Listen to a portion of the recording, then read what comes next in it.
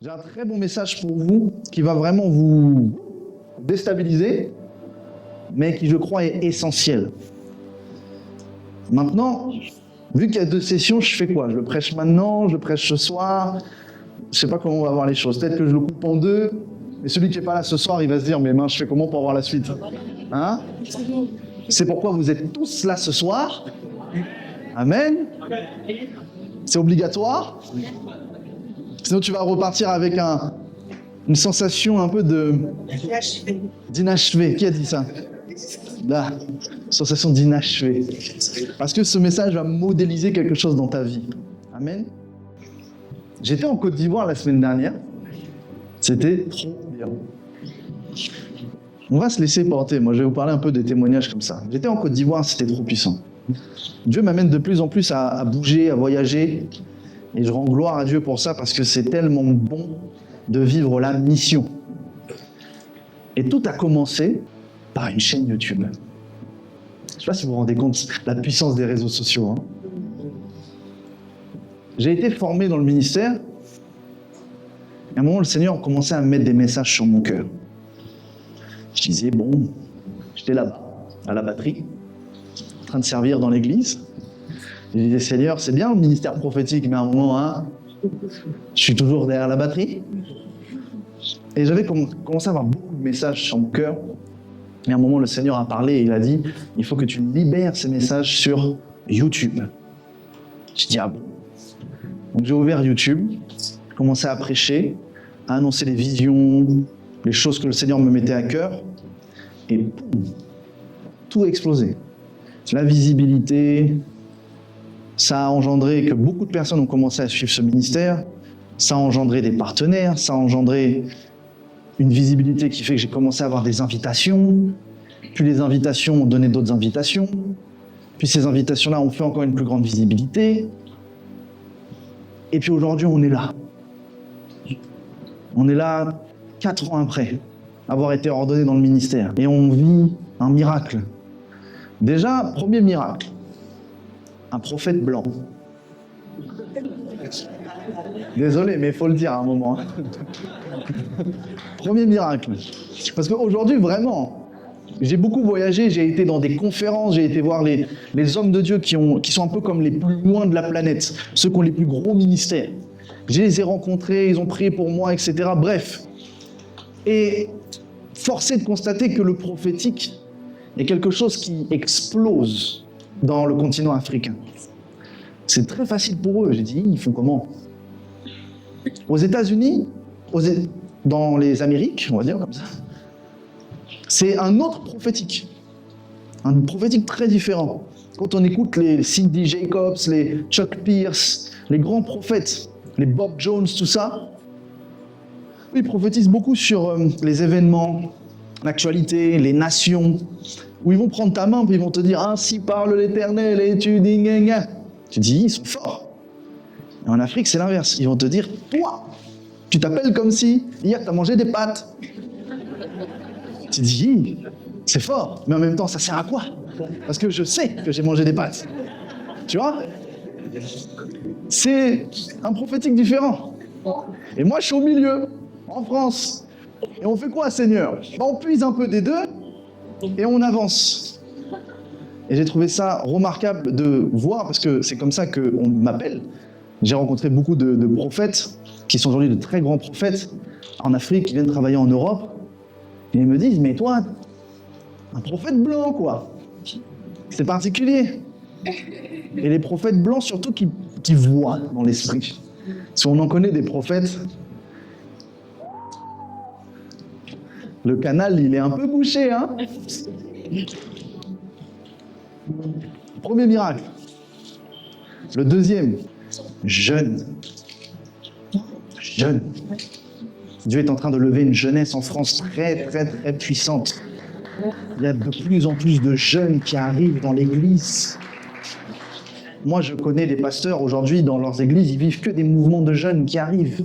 Des jeunes et des jeunes et des jeunes et des jeunes qui sont enflammés pour Jésus, mais comme pas possible. Donc déjà, jeunes. Troisième miracle, comme je le disais tout à l'heure. Pouvoir servir Dieu à plein temps. Quelle grâce! Quelle grâce! Quatrième miracle. Correctement bien marié.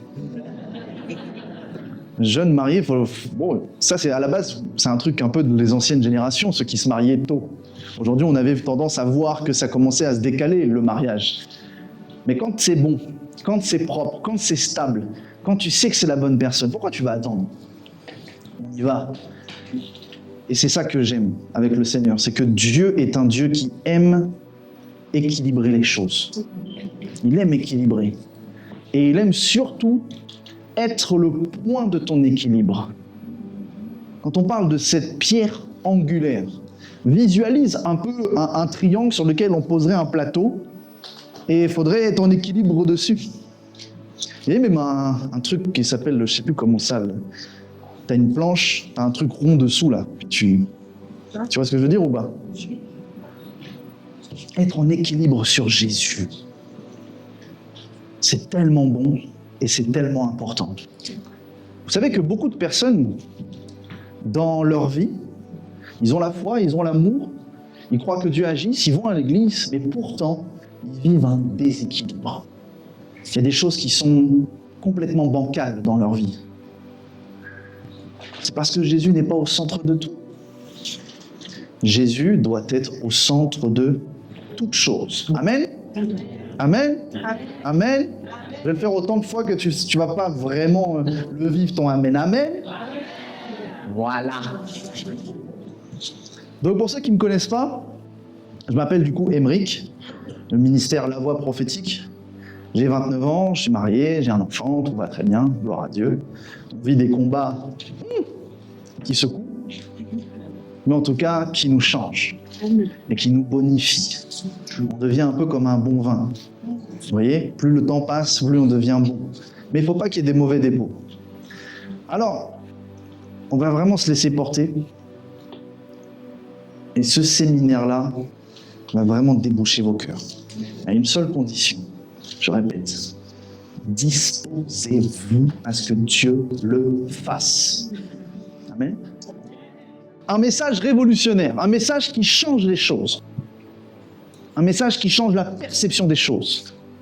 Un message que peut-être vous avez un peu entendu sur YouTube, mais que je veux reprendre avec vous parce que ça va devenir en tout cas moi le message qui me fait vibrer et le message que j'ai envie de prêcher.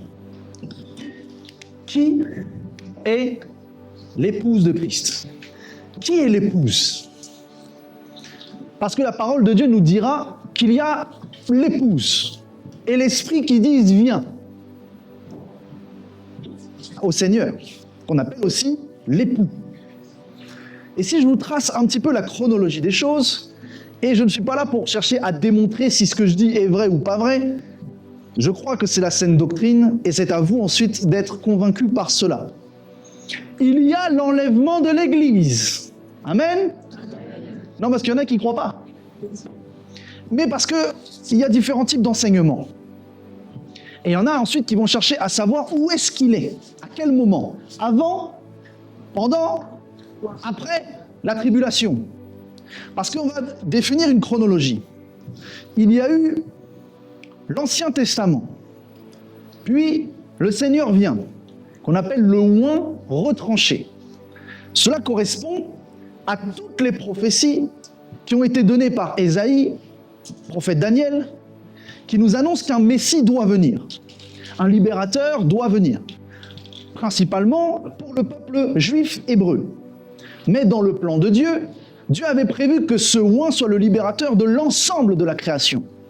De manière à ce que Dieu a voilé, c'est la Bible qui le dit, voilé les yeux de son peuple afin qu'ils ne puissent pas reconnaître leur Messie et donc le crucifier afin que ça soit libérateur pour tous qui accepteront le Seigneur comme sauveur.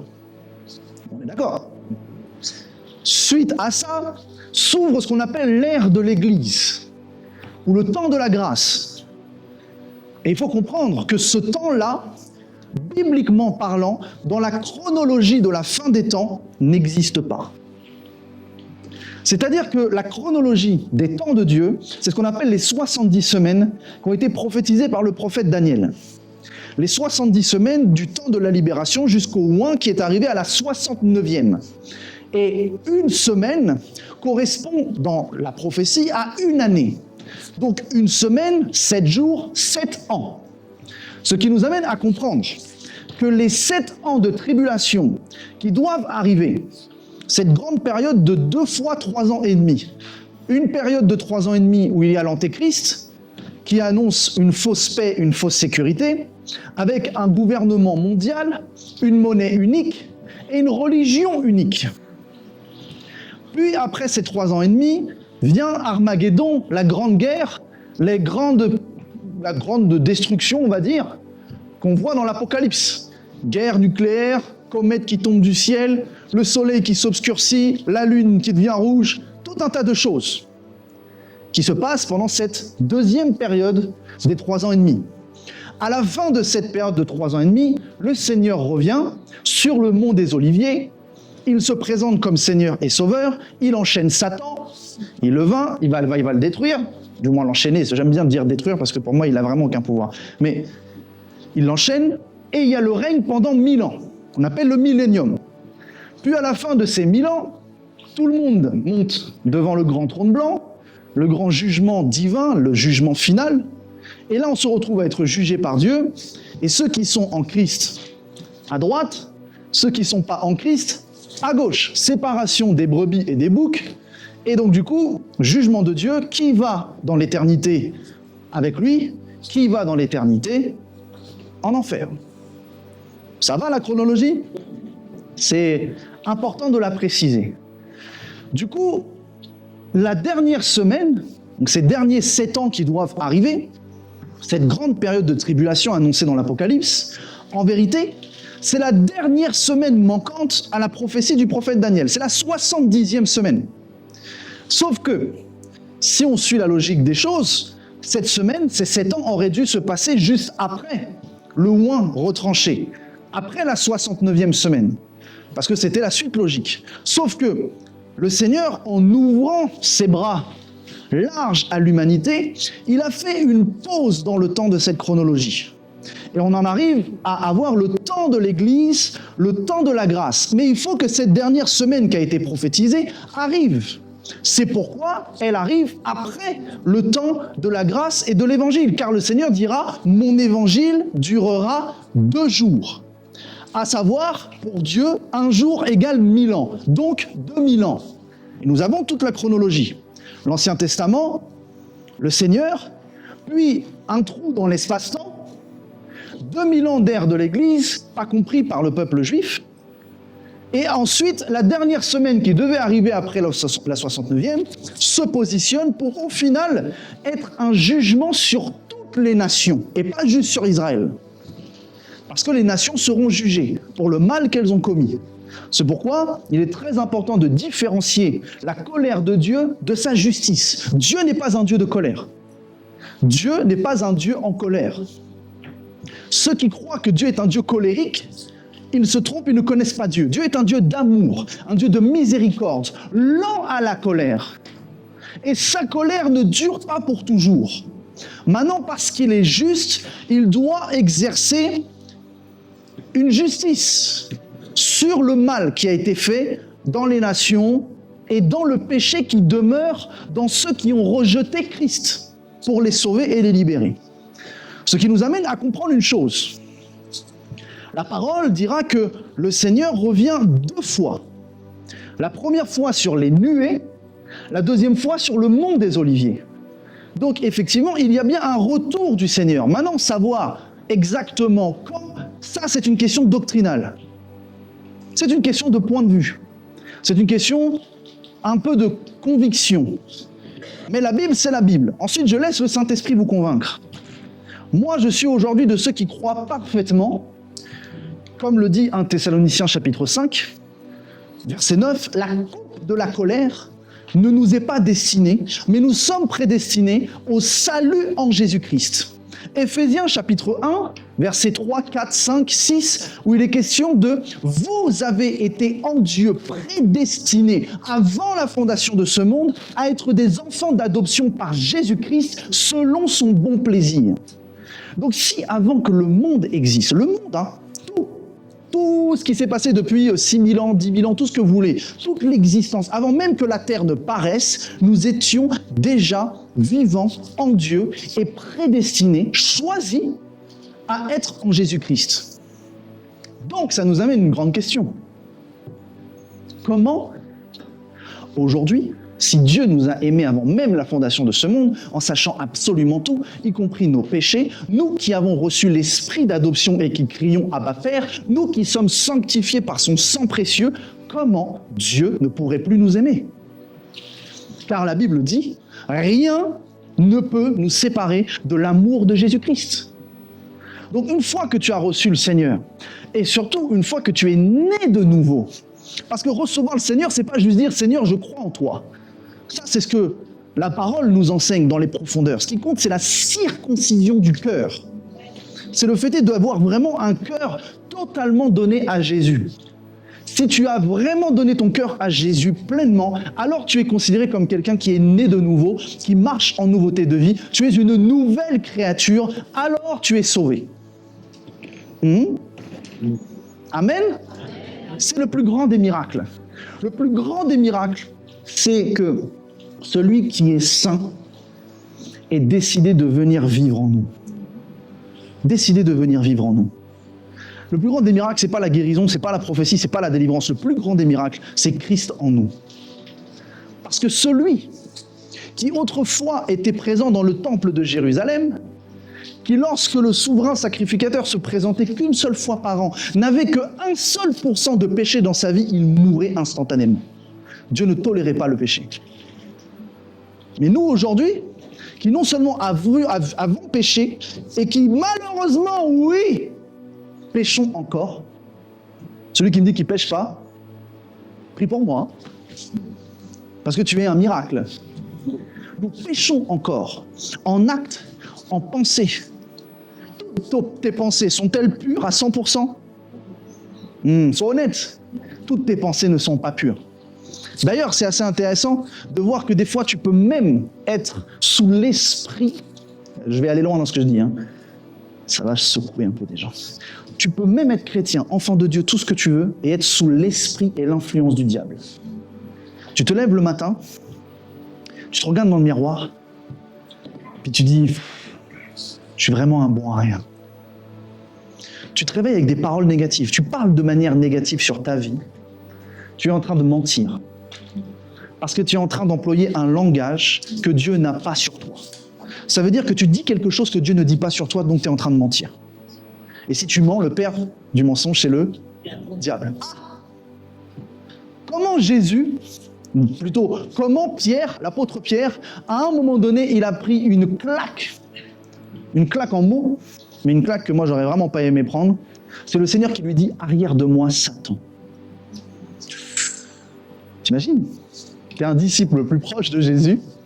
Toi, tu viens comme un vaillant héros. « Oh Seigneur, personne ne te crucifiera. Arrière de moi, Satan ». Je pense que dans son ego, il a dû avoir mal. C'est après pour ça il était énervé tout le temps. Puis il voulait couper des oreilles. Il a dit « Moi Satan, moi Satan ». Très important à comprendre. Tu peux être constamment sous l'influence de quelque chose de négatif, de quelque chose qui n'est pas de Dieu. Et tu peux avoir des paroles sur toi qui ne sont même pas considérées comme vraiment un péché, mais qui sont sous l'influence encore de la semence du diable dans ton esprit. On doit faire attention à tout ce que nous prononçons de notre bouche et dans notre tête. Parce qu'en vérité, on est tous un peu fous. Parce qu'on se parle tous à nous-mêmes dans notre tête. Tu ne peux pas dire que tu n'es pas en train de conduire puis tu es en train de penser à plein de choses. Tu parles de plein de choses. Et tu commences à divaguer dans plein de choses. Bref, même quand tu pries le Seigneur, tu ne pries pas des fois de la bouche, mais tu pries dans ta tête. Puis au moment où tu es en train de prier, après tu es en train de te dire « Est-ce que j'ai fait à manger ? Est-ce que le frigo est plein ? Est-ce que demain... Ah pardon Seigneur !» C'est très important de comprendre qu'en vérité, tu te parles à l'intérieur, autant même plus qu'à l'extérieur. Beaucoup plus qu'à l'extérieur. Et ça aussi, ça a besoin d'être sanctifié. Ce que tu te dis à l'intérieur, ton être intérieur. a besoin de sanctification.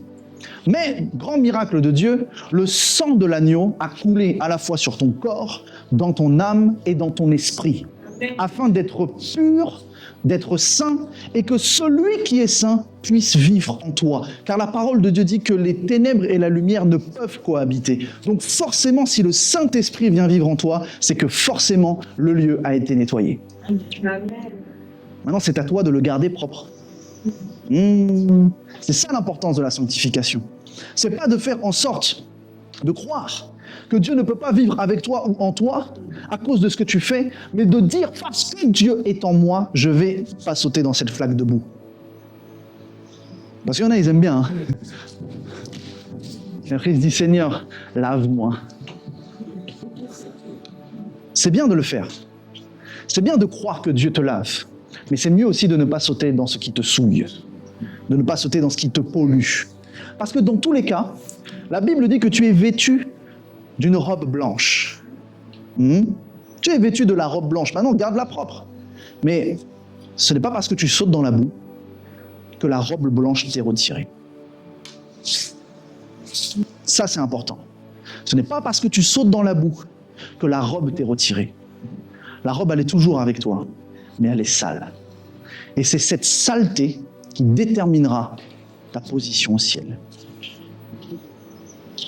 On va y aller, hein? Alors revenons sur cette histoire de chronologie. Les 7 ans de tribulation doivent arriver. Et la parole de Dieu dira que le Seigneur viendra au moment où une ruine soudaine s'abattra sur eux et que l'on criera paix et sécurité. Donc nous comprenons qu'il faut que le système paix et sécurité soit en place. La Bible dira que ceux qui retiennent la venue de l'impie doivent disparaître. L'impie, l'antéchrist. Donc ça veut dire qu'il faut que l'impie paraisse. Donc il faut que ceux qui le retiennent, à savoir nous les chrétiens, nous les enfants de Dieu, car le Saint-Esprit retient l'antéchrist, mais le Saint-Esprit est en nous, ça signifie que nous devons disparaître. Mais nous disparaissons au moment où l'impie paraît. Donc on doit voir l'antéchrist arriver. La parole de Dieu dira qu'il y en a qui ont résisté à la marque de la bête. Je vous le dis, honnêtement, en toute franchise, bientôt, on va vous obliger de vous implanter une puce pour être tracés comme des animaux. Ça fera partie de cette marque de la bête. Il faudra vraiment la refuser. Ce qui nous amène à comprendre que forcément, l'enlèvement de l'Église ne peut pas être avant toutes ces choses, mais pendant ces choses. Ce qui nous amène à comprendre que l'enlèvement de l'Église se situe dans la première partie des 3 ans et demi. Devant, au milieu, après, en fonction de ce qui se passe. Mais l'enlèvement n'est pas avant ces choses, ni après ces choses, parce qu'il y a 2 enlèvements. La venue sur les nuées, et ensuite le retour de Christ avec tous ceux qui sont sur la nuée, avec lui, sur le mont des Oliviers, pour aller chercher le peuple hébreu, pour pouvoir vivre le millénium, pour pouvoir vaincre Satan, etc., etc. Mais il y a bien cette période-là qui doit exister, de cette période des 7 ans. Mais ce qui est très fort, c'est que dans la parole de Dieu, dans l'Apocalypse, il est question de 2 choses. J'ai parlé de ça sur YouTube, mais je vous en fais en gros un bon gros résumé, une bonne salade que je vous envoie comme ça. Il y a dans la fin des temps 2 types d'églises. Quand on voit l'apôtre Jean qui parle aux 7 églises dans les premiers chapitres du livre de l'Apocalypse, il annonce des choses. Et nous comprenons que ces 7 églises, en vérité, représentent l'ère de l'Église dans 7 périodes de temps. C'est-à-dire, la première église, c'était l'église primitive de temps à temps. Puis la deuxième église de temps à temps. Puis la troisième église de temps à temps. Et on arrive à nos 2000 ans. Donc, on comprend que les 2 dernières églises sont 2 églises qui sont en même temps. On a l'église de Philadelphie et l'église de Laodicée. Il y en a une que Dieu dit « Bravo, tu as gardé le feu de ton premier amour, tu es bon, tu fais des bonnes œuvres, tu es super. » Mais il y en a une autre à qui il dit « Toi, catastrophe !» Ces 2 églises-là, c'est la représentation dans la fin des temps des 2 types de chrétiens qu'il y a aujourd'hui. comme nous avons la parabole des 10 vierges, la vierge folle, la vierge sage, celle qui a gardé l'huile, celle qui n'a pas gardé l'huile. 2 représentations. Première représentation, le chrétien. Il y a des chrétiens chauds, il y a des chrétiens froids. Il y a des chrétiens en communion avec Dieu, avec l'huile, le Saint-Esprit, et il y a des chrétiens qui ne sont pas en communion avec Dieu. Autre représentation, les 2 peuples. Le peuple hébreu et le peuple de l'Église. L'Église a le Saint-Esprit, le peuple juif n'a pas le Saint-Esprit. D'une certaine manière, n'a pas l'huile. Donc on a ces vierges folles, ces vierges sages qui attendent qui? Oh là là, je vous ai endormi ou quoi? L'époux. Ils attendent l'époux, la venue de l'époux. Et on a ce contexte-là, une fois de plus, de la dualité. C'est pourquoi, quand j'étais convaincu, au début de ma conversion, quand j'entendais les doctrines qui étaient prêchées, je ne comprenais pas pourquoi il y avait des gens qui avaient des songes et qui disaient « j'ai vu l'enlèvement » et il y a des chrétiens qui étaient encore dans l'église. Ça me semblait inconcevable de me dire comment des personnes qui sont chrétiennes, peuvent louper l'enlèvement. Parce que sinon, tu n'es pas chrétien. Et c'est là où nous comprenons la subtilité de celui qui est bouillant, de celui qui est tiède. Car le tiède sera... Le tiède, c'est celui qui a quand même qui est rentré dans le corps, mais il a été recraché, il n'a pas été digéré ni accepté. Donc nous avons une importance, c'est d'être enflammé pour Dieu et de faire partie de l'église de Philadelphie et non pas de l'église de Laodicée. De garder le feu du premier amour, d'œuvrer dans la sainteté, de marcher dans la droiture. Et là, tout le processus de sainteté et de sanctification prend son sens. Comme j'aime le dire, être enlevé signifie que tu es sauvé. Mais être sauvé ne veut pas dire que tu seras enlevé. Parce que la notion de la manifestation du salut, tout le salut là qu'on nous explique, à la base, la Bible dit que c'est en espérance que nous sommes sauvés. Donc nous avons de l'espoir d'être sauvés. Nous avons la garantie d'être sauvés si nous sommes nés de nouveau. Mais en vérité, c'est juste pour expliquer que la manifestation de ce salut n'est pas encore actuelle. La vraie attestation que tu es sauvé se fera le jour du jugement dernier, où Dieu te jugera et il te dispatchera. Donc nous pouvons savoir que nous sommes sauvés. Mais le tampon qui dira c'est bon, c'est pas maintenant. C'est par l'espérance, c'est par la foi que nous croyons ces choses. Mais ça sera le jour du jugement que ça sera attesté. Tu le sais, mais ça sera manifesté le jour du jugement. Ok, donc ça nous explique quand même quelque chose. La notion du salut peut s'acquérir encore dans le temps qui nous reste. C'est pourquoi la parole de Dieu dira que oui, pendant les tribulations, il y en a encore qui seront sauvés. Il y en a encore qui vont se donner à Christ pendant la période de tribulation. Et il y a même des personnes qui vont encore se donner à Christ pendant la période du millénium. Donc si le salut peut encore avoir lieu après l'enlèvement, ça signifie exactement que si tu es enlevé, c'est que forcément tu es sauvé. Mais si tu n'es pas enlevé, ça signifie que tu peux encore obtenir ce salut. On est d'accord ? Je sais que ça pique un peu, mais ça va bien se passer. Ça va très très bien se passer. Le but, c'est de vous enseigner le truc qui va vous faire vraiment décoller dans votre compréhension biblique et dans votre relation avec Dieu. Parce qu'une fois que tu sais ces choses, tu sais comment agir. N'est-ce pas ? Donc, on en vient à expliquer quelque chose d'important. Si tu n'es pas bouillant, si tu te dis chrétien, c'est là où j'ai compris la subtilité. Il y en a qui se disent chrétiens mais qui ne le sont pas.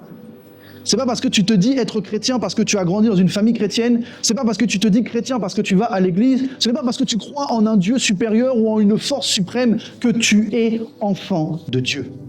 Ce qui compte, c'est est-ce que tu es enfant de Dieu ou est-ce que tu ne l'es pas. Et même dans le côté d'être enfant de Dieu, il faut que tu sois bouillant pour le Seigneur. Et c'est là où tout prend son sens. Oui, il y a des chrétiens qui ne pourront pas vivre l'enlèvement. C'est pourquoi je prophétise quelque chose que je vais sortir très bientôt dans une prochaine vidéo YouTube, et vous l'avez en avant-première. Amen. Merci. c'est que Dieu veut que le travail qui doit être fait en dehors de l'Église soit aussi fait dans l'Église. Parce qu'il y a, bizarrement, autant d'âmes à sauver à l'extérieur qu'à l'intérieur. Parce que dans l'Église, il y a beaucoup de gens qui sont là à cause de l'héritage, beaucoup de gens qui sont là parce que, oui, ils croient en Dieu, mais qui ne vivent pas leur foi. Et ils ont besoin eux-mêmes de vivre la nouvelle naissance. Ils ont besoin eux-mêmes, limite, de revivre la vraie conversion.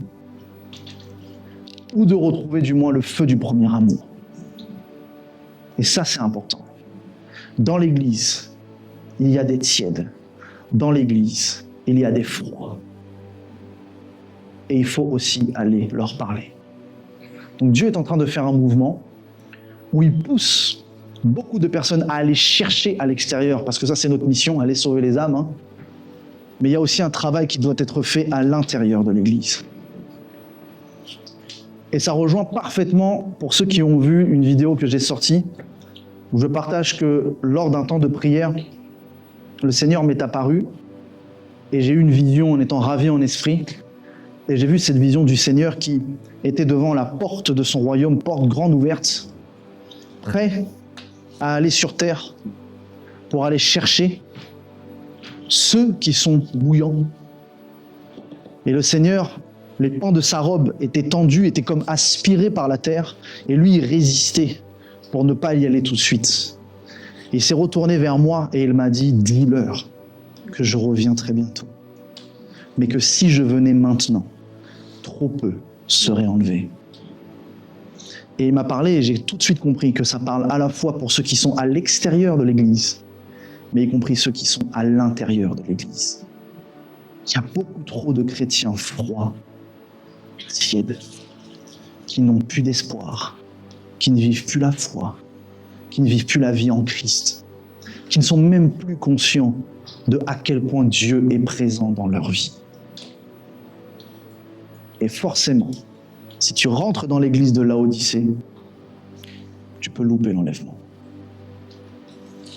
Donc Dieu veut aussi secouer ses églises pour leur dire, le temps approche, réveille-toi. La voix qui crie, l'époux arrive, qui est en train de dire, réveille-toi. Parce que si tu dors, si tu restes endormi, ces vierges folles qui restent endormies, qui ne se réveillent pas, lorsque l'époux viendra et que la porte sera fermée, ils iront toquer à la porte en disant « Seigneur, ouvre-nous ». Et il dira « Non, c'est trop tard. Le temps est passé. Maintenant, tu vas devoir passer par la tribulation. » Et les chrétiens qui resteront pendant la période de tribulation, la Bible dit qu'ils seront tués par la bête. Je ne suis pas en train de chercher à faire peur à qui que ce soit. Mais si tu loupes l'enlèvement, accroche-toi. Ça va être très dur. Ça va être très très dur. Parce qu'on viendra te tuer pour ta foi, à moins que tu te corrompes. Et là, après, c'est fini pour toi. Je le dis. Celui qui prendra la marque de la bête, la Bible dit, c'est fini pour lui. Parce que la marque de la bête ne vient pas juste parce que tu as une marque.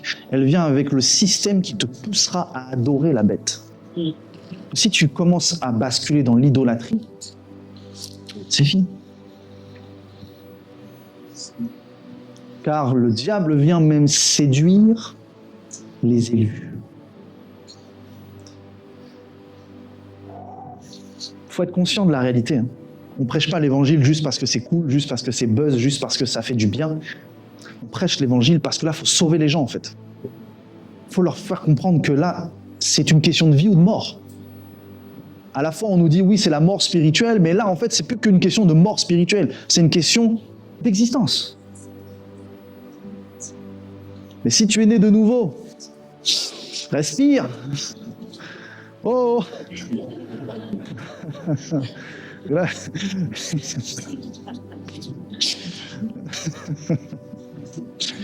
Mais ils se disent, le gars, il a mis une tension terrible dans la salle. Dieu nous a tous fait stresser. On a commencé à avoir la sueur qui a coulé le long du dos.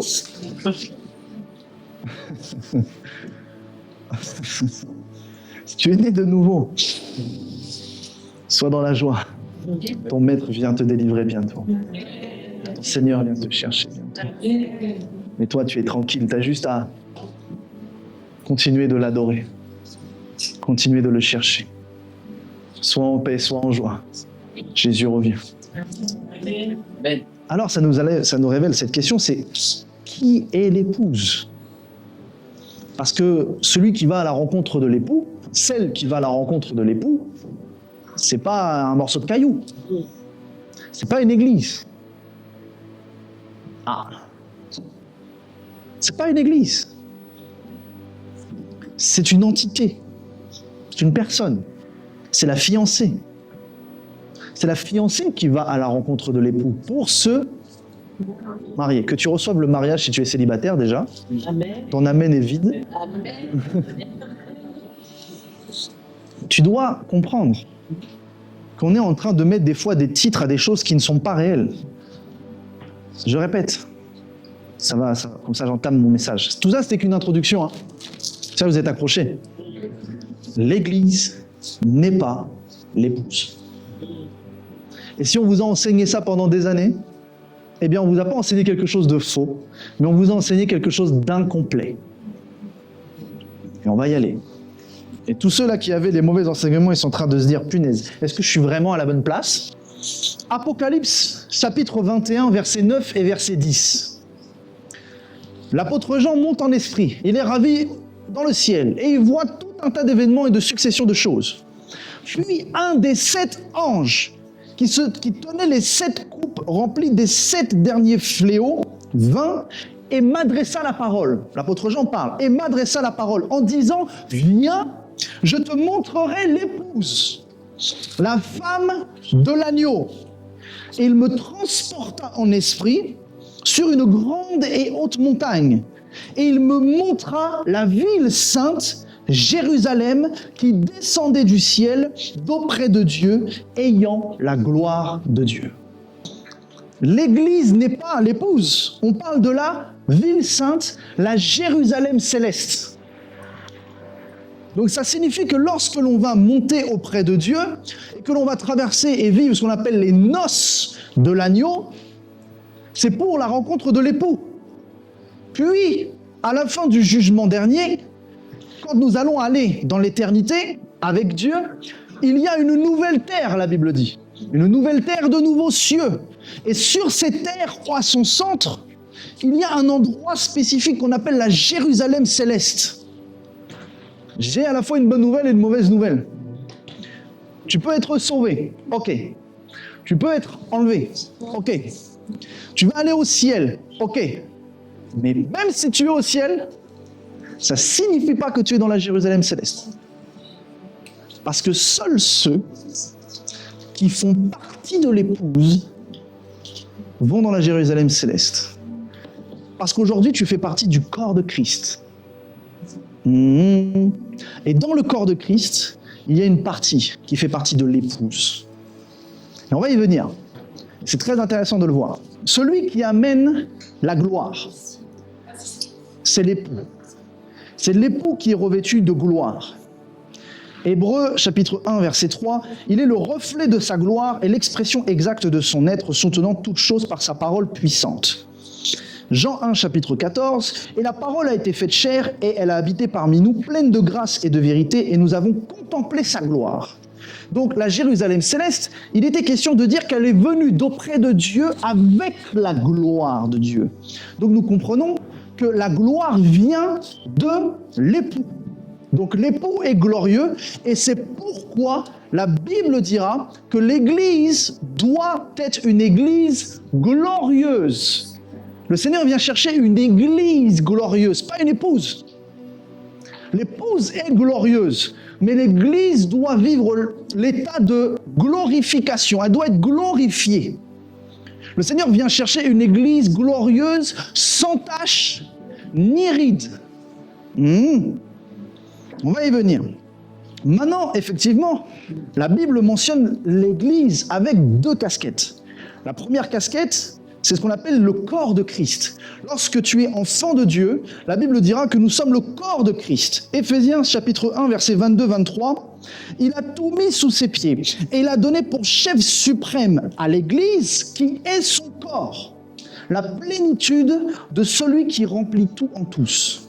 Donc l'Église n'est pas l'épouse, elle est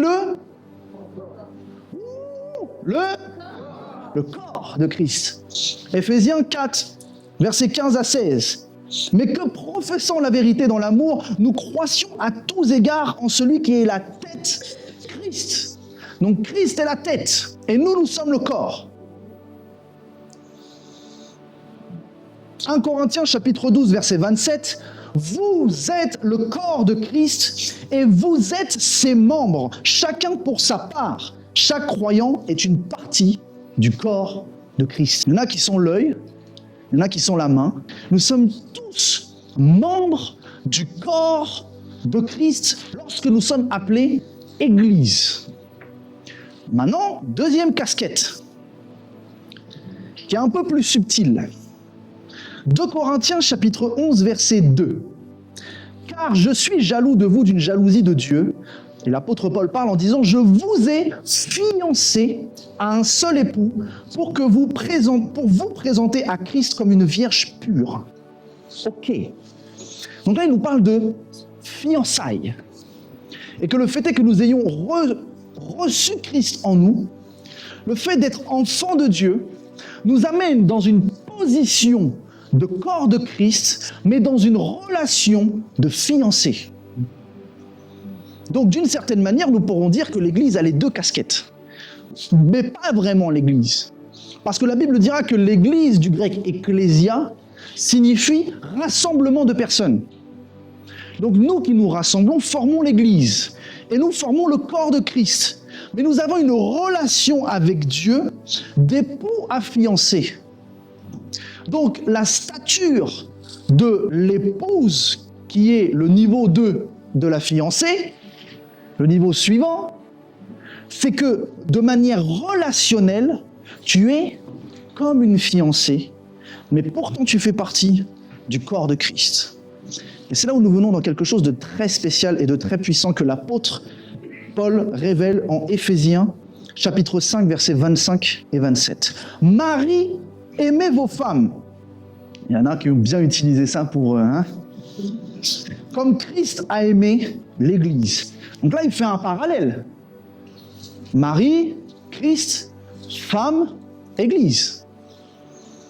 Il s'est livré à lui-même pour elle, afin de la sanctifier en la purifiant par le lavage d'eau de la parole, pour faire paraître devant lui cette Église glorieuse, sans tache, ni ride, ni rien de semblable, mais sainte et irrépréhensible. Là, on touche à quelque chose de très puissant. On a ce parallèle. Église fiancée, femme, et Église, corps de Christ. Mais la Bible ne dit-elle pas que lorsqu'un homme trouve sa femme, ils ne font plus qu'un devant Dieu? C'est là où nous comprenons la subtilité, que tu peux être le corps de Christ et la fiancée en même temps. Parce que dans le mariage, aux yeux de Dieu, dans l'union, ils ne font plus qu'un. Tu ne fais plus qu'un avec ton mari, avec ta femme. Donc l'Église, lorsqu'elle est dans la position du mariage, elle ne fait plus qu'un en sens qu'elle peut être le corps de Christ et en même temps la fiancée. Vous me suivez ? Regardons pourquoi il est écrit 2 en 1, d'une certaine manière. Éphésiens chapitre 5, versets 28 à 31. C'est ainsi que les maris doivent aimer leurs femmes comme leur propre corps. Celui qui aime sa femme s'aime lui-même, car jamais personne n'a haï sa propre chair, mais il la nourrit en prenant soin, comme Christ le fait pour l'Église, parce que nous sommes membres de son corps. C'est pourquoi l'homme quittera son père et sa mère et s'attachera à une femme, et les deux deviendront une seule chair. Donc nous sommes à la fois le corps de Christ, mais par la relation que nous avons avec Dieu, par le Saint-Esprit en nous, nous formons la fiancée de Dieu. Mais j'ai bien dit la fiancée et pas l'épouse. Parce que l'épouse, c'est l'évolution. C'est le niveau 2. Aujourd'hui, l'Église, elle est le corps de Christ et elle a fiancé dans l'attente du mariage, des noces de l'agneau, de la rencontre avec l'époux, afin de devenir l'épouse. Mais à quel moment, dans le mariage, tu deviens l'épouse? Techniquement parlant, c'est lorsque tu es dans ta belle robe blanche, dans ton beau costume, devant l'homme de Dieu, ou je ne sais pas où tu fais tes trucs, dans un endroit, particulièrement le lieu de ton mariage, là où on va invoquer la grâce, remettre les bagues et faire le petit premier bisou. Cet environnement, c'est là que tu es officiellement marié, où on dira à l'homme qu'il embrasse sa mariée. Mais avant ce moment-là, avant que tu passes les anneaux au doigt, tu es encore dans les fiançailles. Donc nous sommes fiancés. C'est pourquoi l'apôtre a bien précisé, vous êtes fiancés et non pas encore épouse, parce que le statut de l'épouse arrivera lorsque tu seras au moment des noces, qui n'a pas lieu sur cette terre. Et on va y venir. On a un autre parallèle qui est assez intéressant. Ésaïe 62, versets 4 et 5. On ne te nommera plus la délaissée, on ne te nommera plus la terre de désolation, mais on t'appellera mon plaisir en elle, une terre épousée, car l'Éternel met son plaisir en toi, et ta terre aura un époux. Ésaïe 54, versets 5 à 6. Car ton Créateur est ton époux, l'Éternel des armées est son nom, et ton Rédempteur est le Saint d'Israël. Il se nomme Dieu de toute la terre, car l'Éternel te rappelle comme une femme délaissée au cœur attristé, comme une épouse de la jeunesse qui aurait été répudiée, dit ton Dieu. Là, on a un parallèle très fort. Dieu appelle Jérusalem épouse ou fiancée. Jérusalem. Pas le peuple hébreu, la ville en elle-même. L'environnement est appelé comme terre, épouse de Dieu. Ce qui veut dire que si nous comprenons l'exemple qui est mentionné, Jérusalem existe parce qu'il y a le peuple de Jérusalem en son sein, en son centre, chacun sa méthode. C'est le peuple et l'environnement qui forment Jérusalem et qui forment l'épouse mentionnée. Et ce qui est encore beaucoup plus intéressant, c'est de comprendre que nous, chrétiens, nous, enfants de Dieu, nous attendons aussi d'aller quelque part. Cette fameuse Jérusalem céleste, ce fameux endroit que Dieu appelle dans la parole, comme nous l'avons vu tout à l'heure, épouse. Ça signifie que là-bas, c'est l'endroit du mariage. Donc nous qui sommes corps de Christ et fiancés, c'est lorsque nous allons aller là-bas que l'enfant de Dieu se retrouvera dans son environnement des noces, dans l'environnement du mariage, et qu'il pourra être appelé épouse. Donc actuellement, l'Église n'est pas l'épouse. Et si tu dis même que l'Église seule est la fiancée, alors ce serait très réducteur à l'œuvre de la croix. Parce que si toi tu es la fiancée de Dieu, est-ce qu'Abraham il ne le serait pas? Est-ce que Élie ne le serait pas? Est-ce que tous les grands prophètes ne seraient pas aussi en droit légitime de pouvoir dire, mais avec ce qu'on a fait, avec l'œuvre qu'on a faite, qu'on peut aussi prétendre au statut d'épouse, non? Pourquoi Christ à la croix est descendu au fond pour aller les chercher, pour aller se présenter à eux comme leur Messie, pour aller se présenter à eux comme le Sauveur, à ceux qui étaient dans ce qu'on appelle le sein d'Abraham. Eux aussi ont le droit de faire partie de l'épouse, tous ceux qui ont servi le Seigneur avec fidélité et droiture, tous ceux qui ont accepté Christ même dans le séjour des morts. Ah ah! Donc l'Église ne peut pas être l'épouse. Mais l'Église a une alliance avec Dieu qui la catégorise comme fiancée. Alors tu aurais envie de me dire, mais du coup Jérusalem aussi est appelée fiancée. C'est quoi? Dieu a plusieurs femmes? Non. Dieu n'a pas plusieurs femmes. Dieu n'est pas polygame? Dieu n'est pas polygame. Dieu a ce qu'on appelle un olivier. Il y a l'olivier franc, on voit ça dans Hébreux 11, et l'olivier sauvage. L'olivier franc, c'est le peuple de Dieu. L'olivier sauvage, c'est tous ceux qui faisaient partie des nations, les païens. Nous, à la base. L'olivier franc, l'olivier sauvage. Et ce qui est très intéressant, c'est ce que l'apôtre Paul va définir par la suite. Romains 11, c'était Romains 11 et pas Hébreux 11, pardon. Romains 11, 17-18. Mais si quelques-unes des branches ont été retranchées, et si toi qui étais un olivier sauvage, tu as été greffé à leur place, on parle des Juifs, et rendu participant à la racine et la sève de l'olivier, ne te glorifie pas aux dépens de ces branches. Si tu te glorifies, sache que ce n'est pas toi qui portes la racine, mais que c'est la racine qui te porte. Et là, il va aller encore plus loin. Là, non, l'apôtre Paul, vraiment. Romains 9, verset 6, verset 8. Car tous ceux qui descendent d'Israël ne sont pas Israël. Alors celle-là, il faut aller la chercher. Comment on parle des descendants d'Israël? Dieu dit ce n'est pas Israël.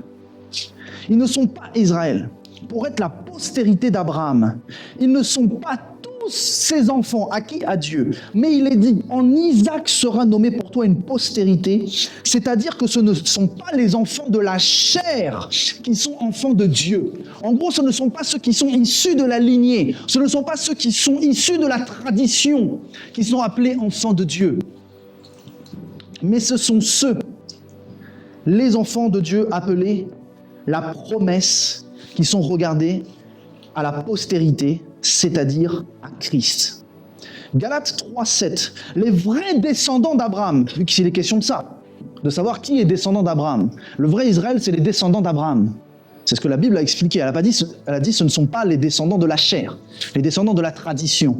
Ce sont les descendants d'Abraham.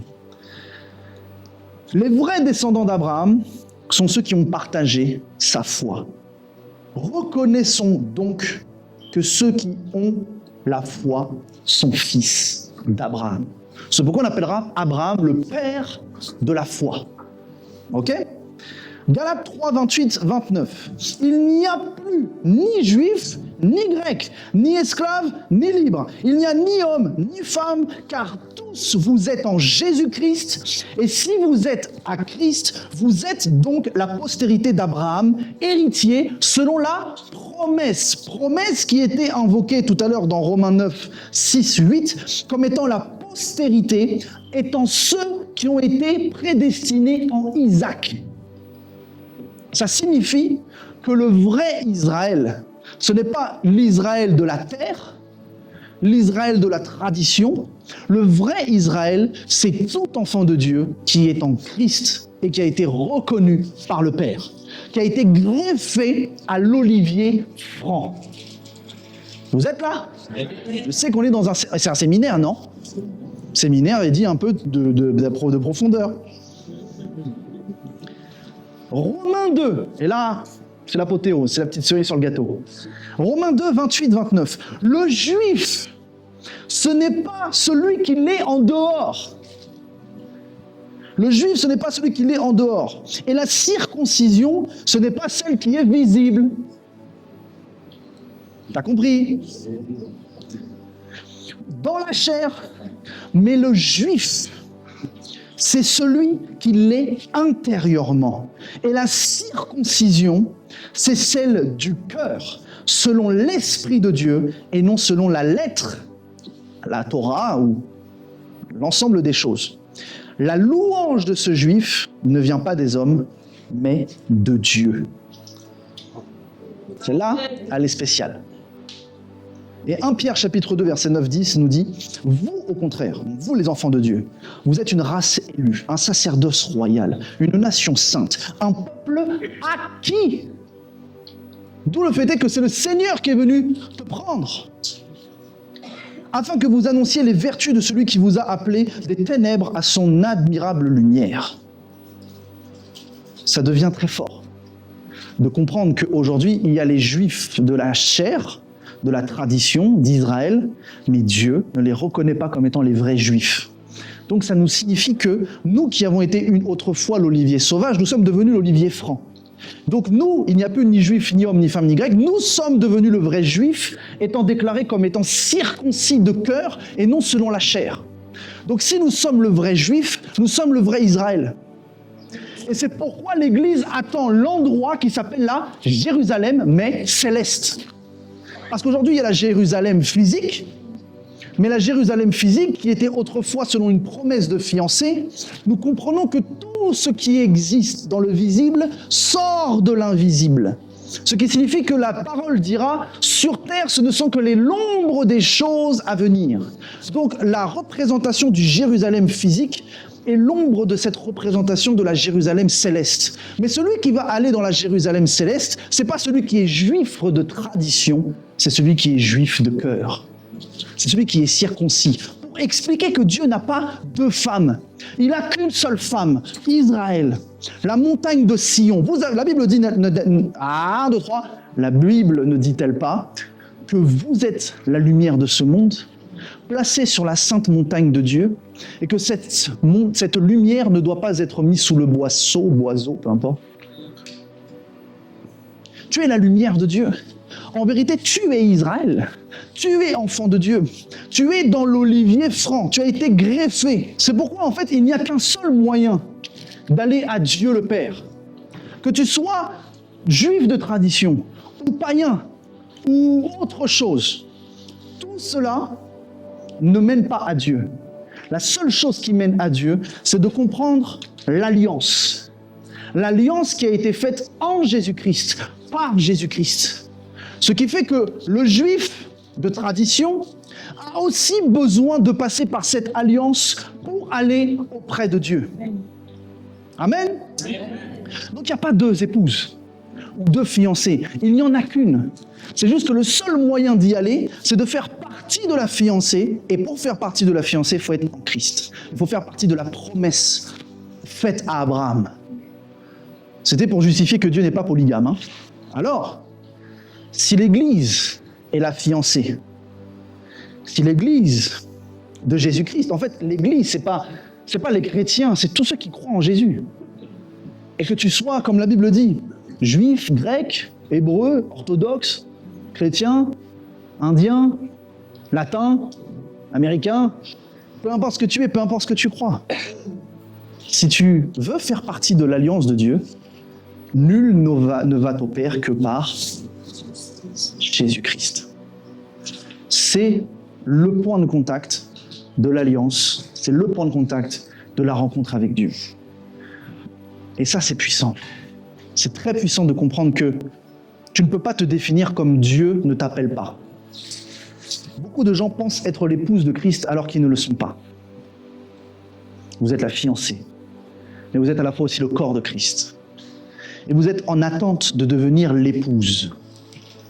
Épouse qui sera manifestée au moment des noces. Donc, dans l'environnement des noces, avec l'époux et la fiancée. Et la fiancée qui embrassera l'époux deviendra l'épouse. C'est pourquoi l'apôtre Jean a vu l'épouse descendre auprès de Dieu et l'ange lui a dit, c'est la Jérusalem céleste. Mais la Jérusalem céleste, c'est l'environnement de l'épouse. Ce qui veut dire que l'Église, dans son environnement, forme l'épouse. Tout comme le peuple hébreu, dans Jérusalem, formait l'épouse. Mais Dieu a révoqué ces choses et il a dit, le canal pour devenir l'épouse de Christ, c'est en passant par Christ lui-même.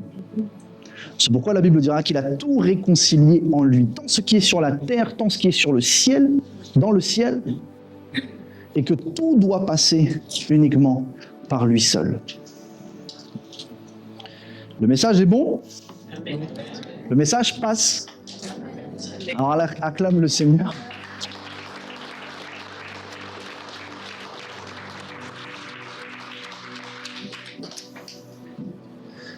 Ça, c'était la première partie.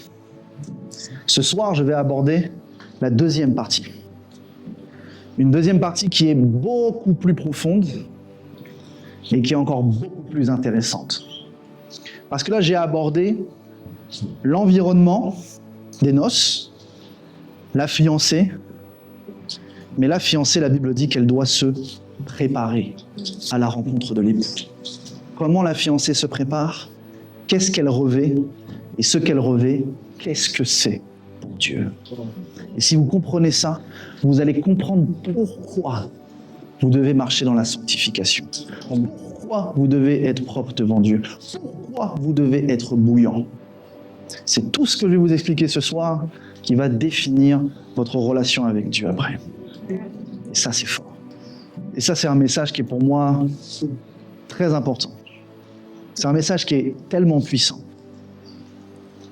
Parce qu'après, ça nous permet vraiment de comprendre ce qui nous attend et ce que nous devons faire dans ce temps d'attente avant la rencontre de l'époux qui est imminente. Je suis en train de voir des lettres dans mon esprit. Et je vois comme B, A, S, T, A, comme un truc comme ça. C'est vous? C'est pas.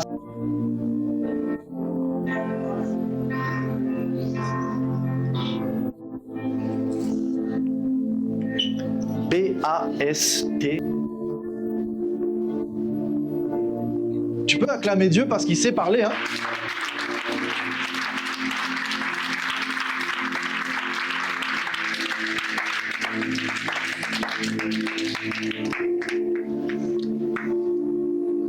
Oh. Dieu a quelque chose à vous dire. Hein? Dieu a quelque chose à vous dire. Mais il vous le dira ce soir.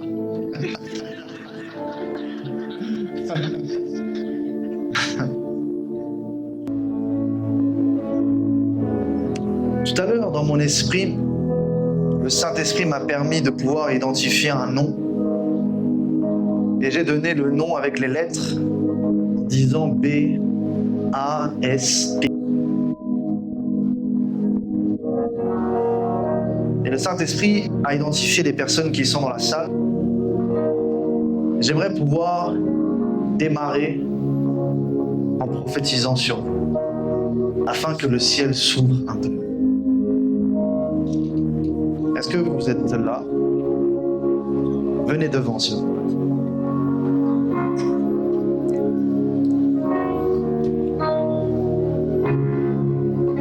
Restez concentrés. Car ce qui se passe pour eux est aussi quelque chose qui peut se passer pour toi. Amen. Ce qui est dit sur eux peut rebondir et taper ta vie.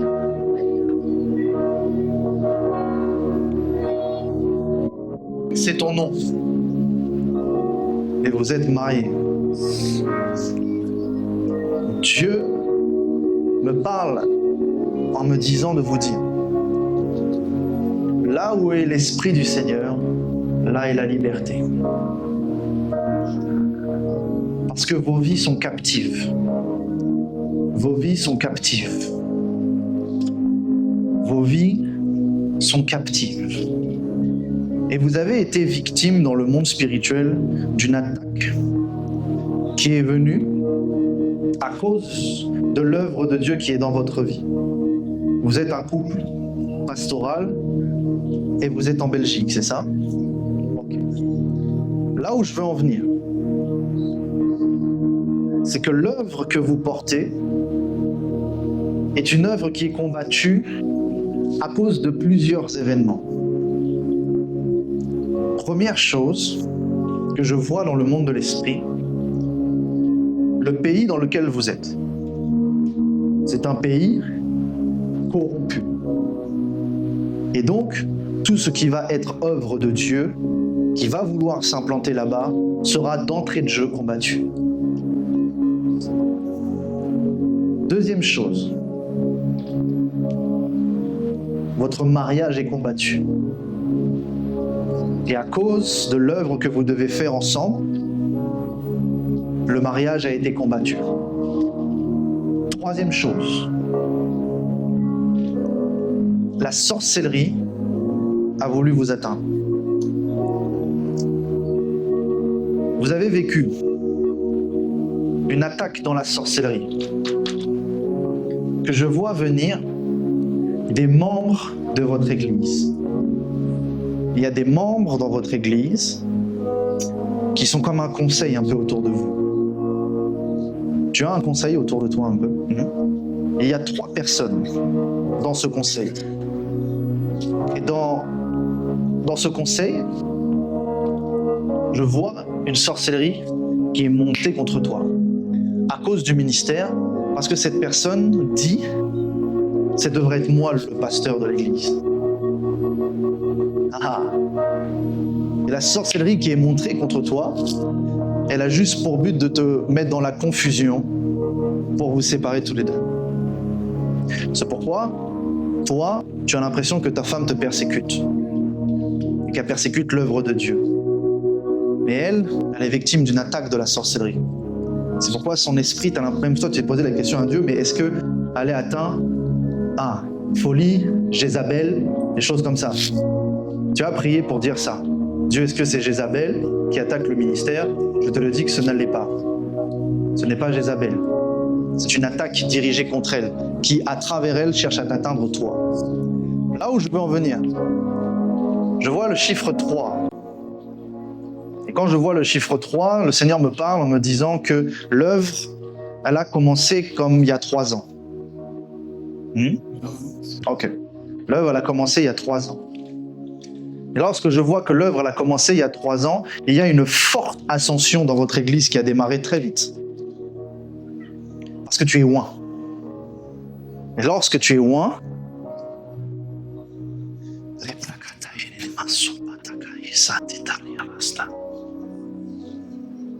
est-ce que tu sais que chaque début d'année, tu es combattu? Tu le vois, tu le sens, comme le mois de janvier démarre avec une grande souffrance. Parce que je suis en train de voir le 17 janvier 2021. Je ne sais pas ce qui s'est passé cette date-là, mais quand je vois le 17 janvier 2021, je sais que c'est un jour où tu as vécu une lourde souffrance. Et c'est pourquoi il y a un cycle qui se répète, et tous les débuts d'année, tu les démarres dans la dépression. Tu es déprimé, et tu démarres les choses dans la dépression. Ça, c'est quelque chose d'intéressant. Je ne sais pas pourquoi aussi dans mon esprit, je suis en train de commencer à sentir qu'il y a quelque chose... je sens un des parents. Mais quand je sens un des parents, je ne sais pas si c'est ta mère ou si c'est ta mère, je ne sais pas où est-ce que j'en vois, mais il y a quelque chose avec la mère, une des 2 mères. Ça te parle? Là où je veux en venir, merci Saint-Esprit.